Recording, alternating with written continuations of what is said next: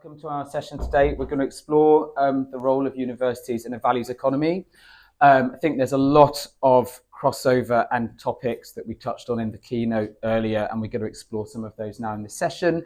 Guess a couple of disclaimers to start with. Some of the material here is quite exploratory, and we're going to cover quite a lot of ground as well, but I know you came to this session to be stimulated, so I'm sure that will be fine with you. And we're going to have a look at how we break down the types of value that universities create, how universities can work with other sectors, potentially what they can offer and what other sectors can offer to us. And Adrian will give his views on that as well. And then we will hopefully have some time to do some workshopping with you and explore some of those questions at the end. So just to introduce myself, I'm Tom Owen Smith. I'm the service lead for sustainability and for external engagement and impact in SUMS. So I run a lot of our work around those areas. And I'd like to introduce my co-speaker as well, who's sitting in the front row, but he'll come up to here shortly, Adrian Price from the University of Northampton, who kindly agreed to join us today and share some of his views and insights around this topic as well. So I'm going to launch in. So starting point for this talk, capitalism is changing, and some of this has come from kind of somewhat unexpected quarters, really. So World Economic Forum, I think for quite a long time, would have been considered a bit of a bastion of kind of neoliberal, shareholder-based approaches to running an economy and running a company, but that has really changed, as illustrated by the quote that I've got here. We've also got figures such as Mark Carney, so former governor of the Bank of England, who is making a really strong case around the need for a multi-stakeholder based approach to running companies and running the economy. And you'll see that also both of these quotes really foreground the importance of long-term thinking about value in what's really important there. So to some extent, these are, it's called a manifesto there. It's a statement of position around those things, but this is really starting to infuse into the way a lot of companies do their business now. And okay, that was really unexpected to move on. I didn't press anything there. So, right. Okay, fine. So what I wanted to say, so we are going to we're going to have a look at what this means in practice for universities in particular, and how that docks into working with other organizations as well. So what I wanted to introduce to you here is a point around what I call the whole system. And this is thinking about the context in which universities or any organization operates, actually. So we now understand that our economy is embedded in the society that it finds itself in. And of course, our society, that blue circle there, is embedded in the environment and that wider context.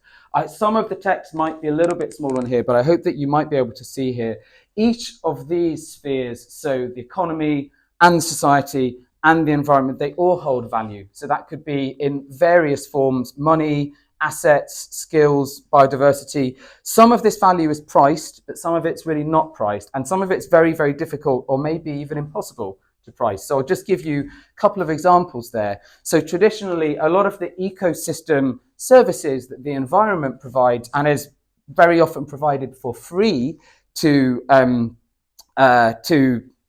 economy. Some examples there being things like pollination and ability to fertilize crops from that. Others being a clement and livable climate that we live in. Some of those benefits that we get from that area are in theory priceable. So for example, if you have a forest, you can extract the timber from that and you can convert that into something which is actually costable and you can put a price on it. Whereas the benefits that we might get from, say, walking in a forest or spending time in there, and the benefits to our well-being around that, that's really a lot more difficult to put a value and a price on. So you can quickly get into some quite difficult questions here. The economy and society and the environment, they all give and take from each other, transferring flows of value, such as material or labor or energy, many different forms, or money, between the stocks that they hold in themselves. And of course, an organization, So I was thinking about a university there, but it could be a private company or any type of organization, really is embedded in the midst of all of these spheres.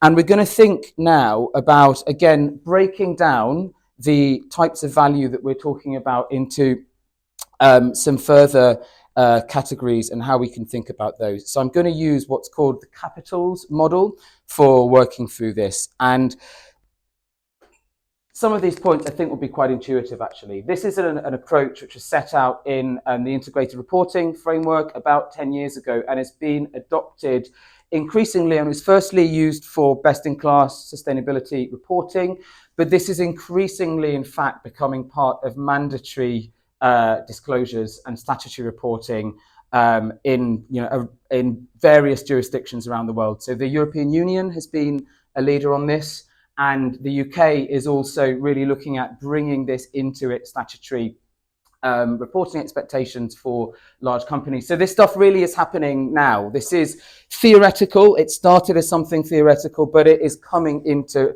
real kind of hard usage around the expectations of how organizations do their business. So this delineates 6 types of capital, and I think so I've given in the kind of top half of these, the colored bits, the technical term that they use for them, and then I've given in the bottom, the black bits, the kind of, I guess, common parlance that broadly equates to what they're talking about here. And there are much more detailed definitions in these sources, but you can see here. So obviously the first 2 are areas I think which people are quite used to talking about in capital terms. We've then got this area here of intellectual capital, obviously quite important for our sector. Human capital, the skills that people have. Social capital is the way that people work together with culture and relationships. And then you've got this really important area at the end, natural capital. And that goes back to some of those points that I mentioned now about what we take from the environment and kind of what we put into the environment as well. So the way that these capitals kind of are coming to life, I guess, for any organization is through the process of creating value and destroying value. And I'm going to map that out here in simple terms. So an organization, all organization draws from existing capitals, different types of capitals for doing their business and the activities that they do. And as a result of their activities, capitals increase or decrease. So effectively, they are either, we would often think about this in terms of creating value. So a company creates value for its customers, it creates value for its shareholders, as we're familiar with previously. A lot of that ways of thinking about that have traditionally been framed particularly around financial capital and produced capital. So produced capital being assets, hard assets, so things like buildings, machinery, infrastructure, and things like that. I'm going to try and take us through exploring particularly some of these human, social, natural, the other capitals which have not been so focused on there. So just to point out as well, like an activity may be increasing one type of capital while it is in fact eroding another capital and thereby destroying value at the same time. So I'm going to show you an example of what I mean by that now.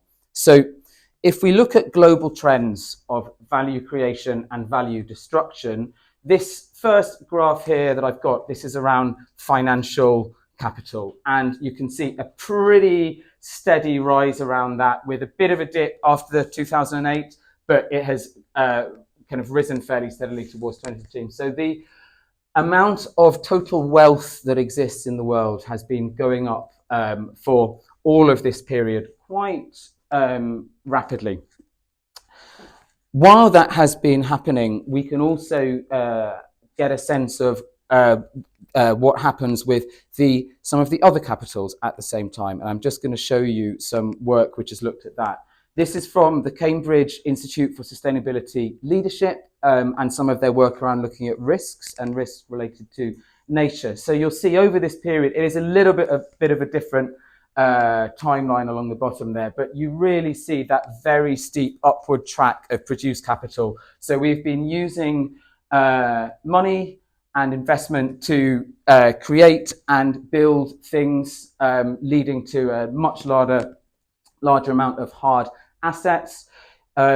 You'll see over that period, human capital has been somewhat increasing over the world. So we would interpret that as uplifts, more people pursuing education to a higher level, higher levels of skills across more countries. So we do see something of an upward track around that, although really, really a lot less than the amount of goods and things and stuff that we're producing.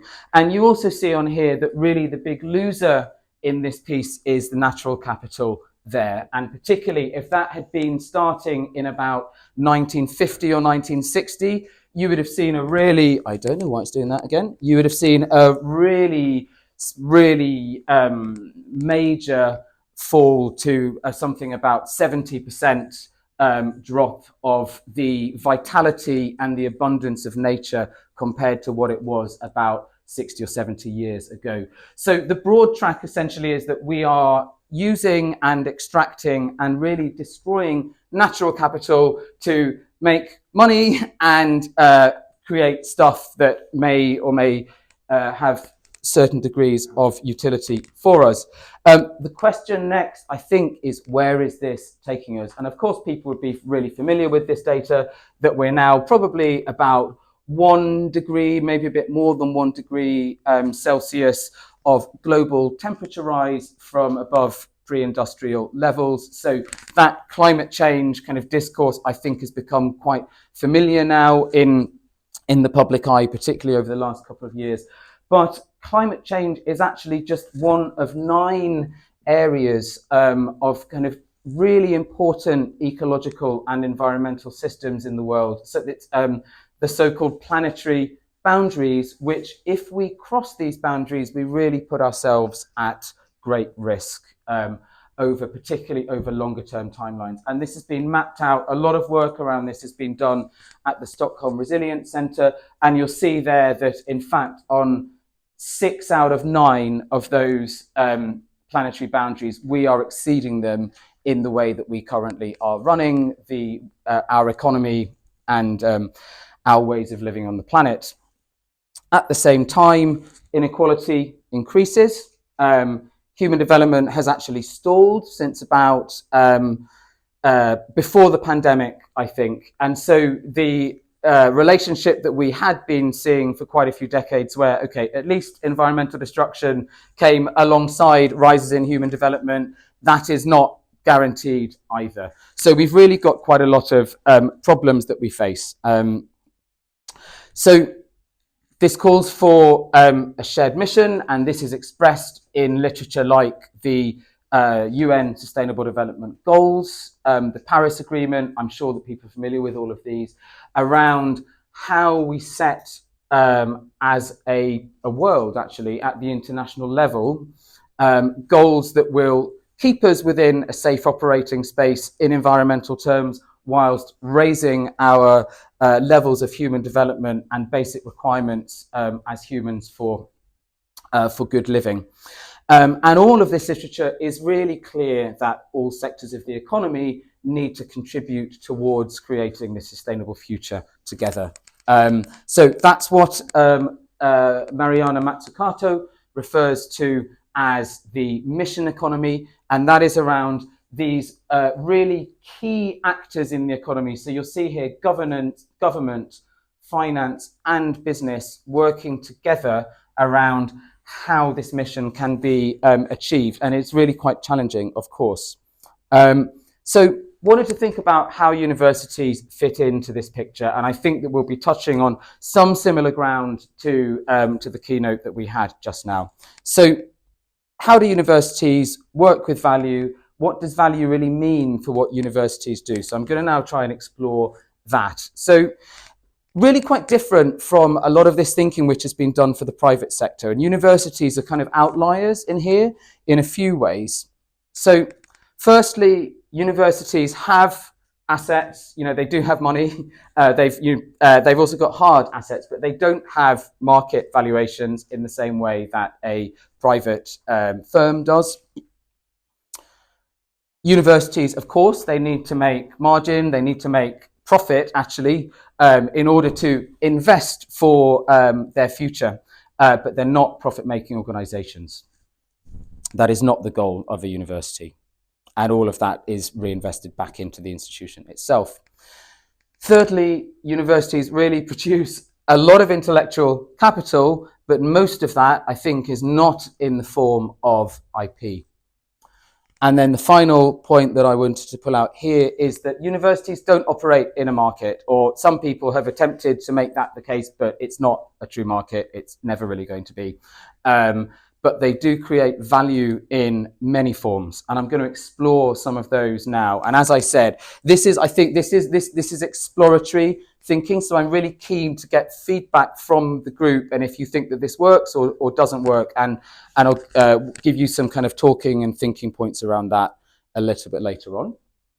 So what I wanted to do is think about how effectively we account for what universities do. And I'm looking at this in a few different axes. So I'm going to consider the value created through positive things that universities do. And I'm also going to think about value destroyed through some of the practices that universities have that maybe erodes some of the capitals that we looked at earlier there.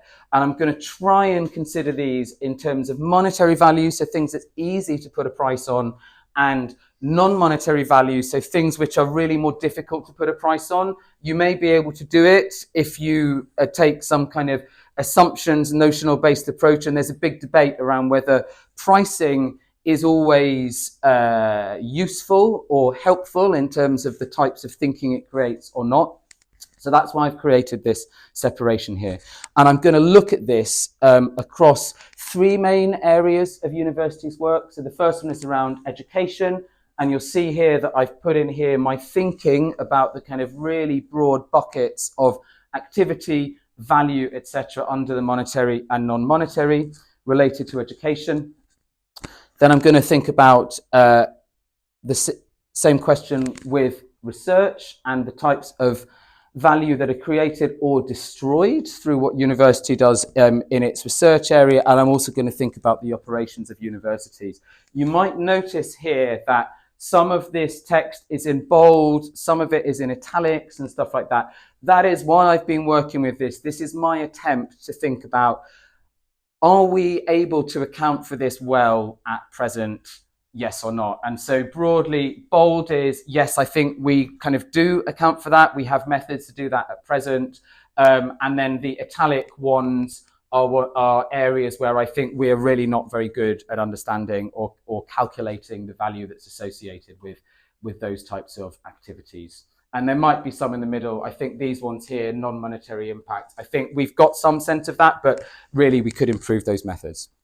So I'm going to have firstly a look at education, and there's some really helpful work I could refer to here, because the department, what used to be called the Department for Business, Innovation and Skills, actually did quite a lot of work around this about 10 years ago, which they were thinking about. It's quite related to discussions around university funding model and tuition fees. And again, I don't want to steal the thunder of the panel of this afternoon, because I know that they're going to be looking at some of those questions in more detail as well.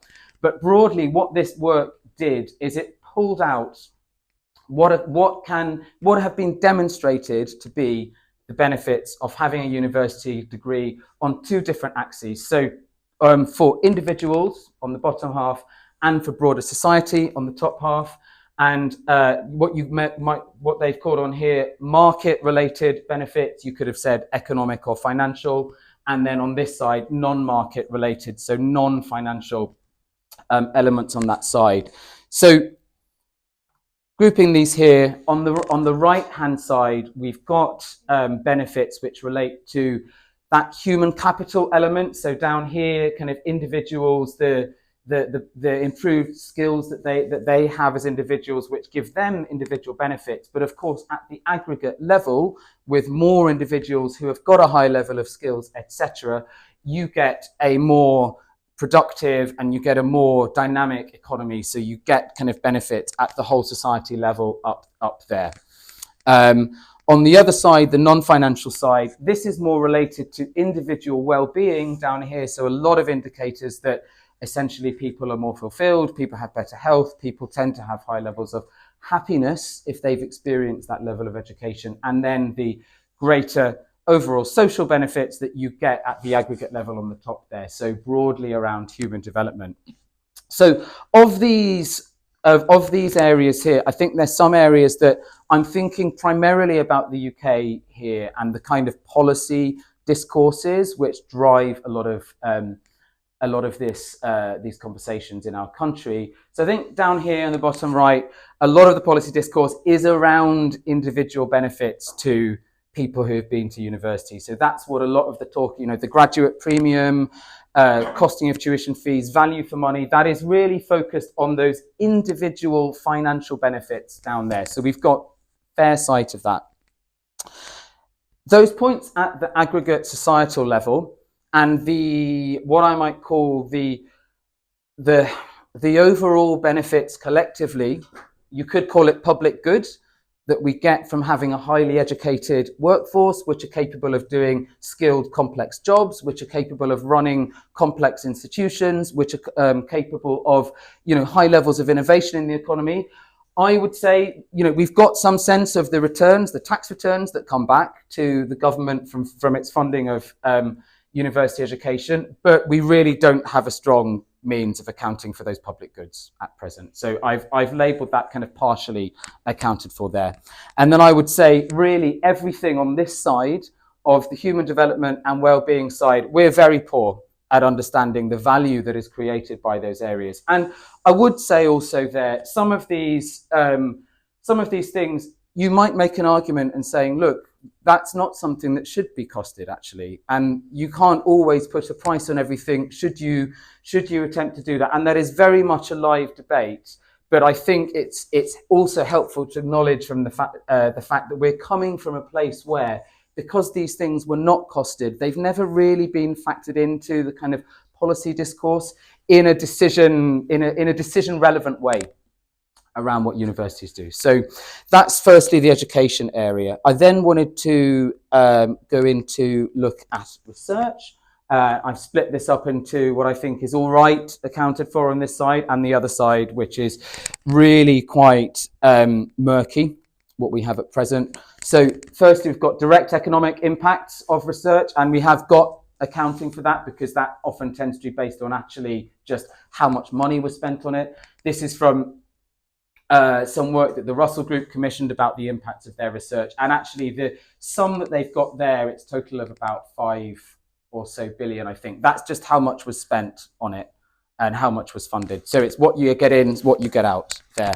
What we're really not so good at is understanding the later stage and indirect impacts of what is done here. So this is here, I just tried to find an image around the kind of innovation process, which goes from, as we were discussing in the main room, basic research, which is often on very theoretical and academic topics, through R&D, demonstration, etc., till you actually get deployment and kind of marketability, ability to take that to market at the other end. So a lot of these early stages of innovation are done in universities. So basic research, maybe going into research and development. So a lot of, you could say, the shoulders that the later value is created and is done here, but we're not really that great at accounting for that.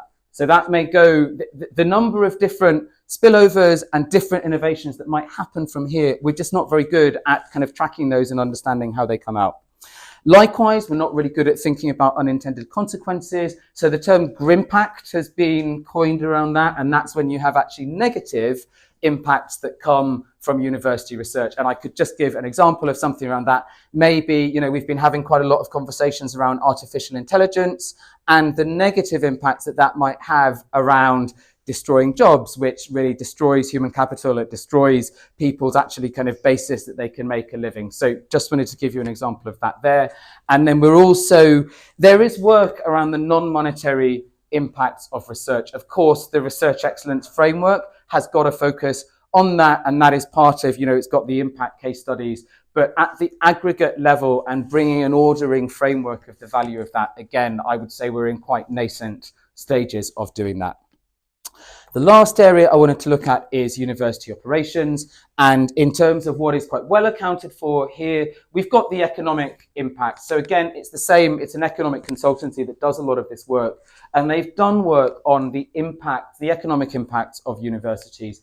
That is framed in questions like kind of wages that universities pay, the money that they spend in their local economy. So things which you can get a kind of financial track of those points. But what we're really not so good at accounting for is the overall kind of the social impacts of universities' operations, and of course the environmental impacts there. So I've got the kind of inner circle here thinking about direct. So we do work with our clients around understanding their carbon footprints, for example. As I mentioned, carbon is just one element of the overall environmental footprint.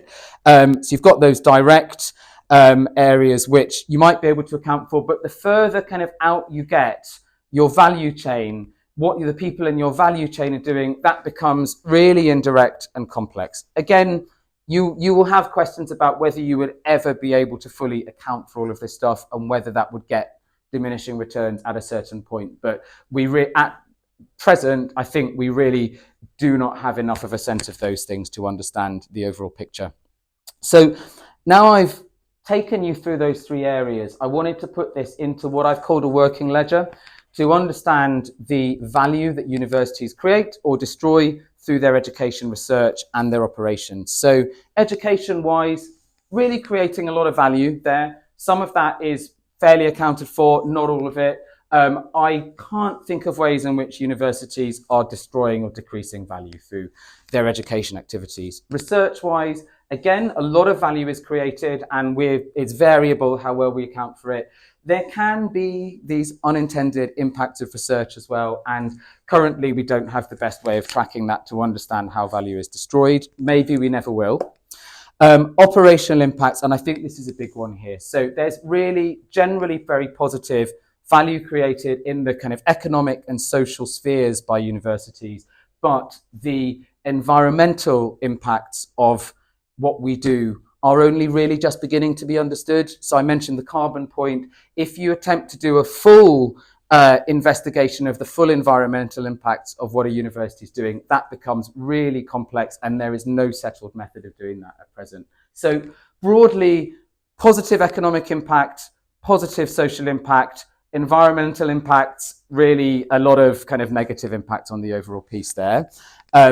Thinking about the bottom line, we can't exactly say what that is at present with our current methodologies, in my view. So in terms of why it's important and helpful for universities to understand this stuff, it really helps with sharpening mission. It helps with understanding what's contributing to your mission or detracting from that. It helps you to have a confident narrative around your mission and what you're contributing, with obvious benefits for advocacy, position, access to finance, some of which is dependent on impact, increasingly so. And it also helps to highlight opportunities to work and partner with other sectors. What can universities offer other sectors through partnership? So universities have always been purpose-driven organizations and have got a lot of learnings around doing that, whereas for a lot of private firms, this is newer territory. So I think universities have got a lot of experience that they can share and work with businesses around that.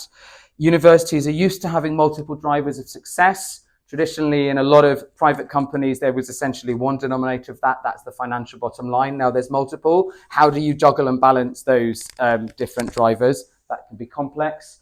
Universities have also got experience of working with non-financial indicators for a long time.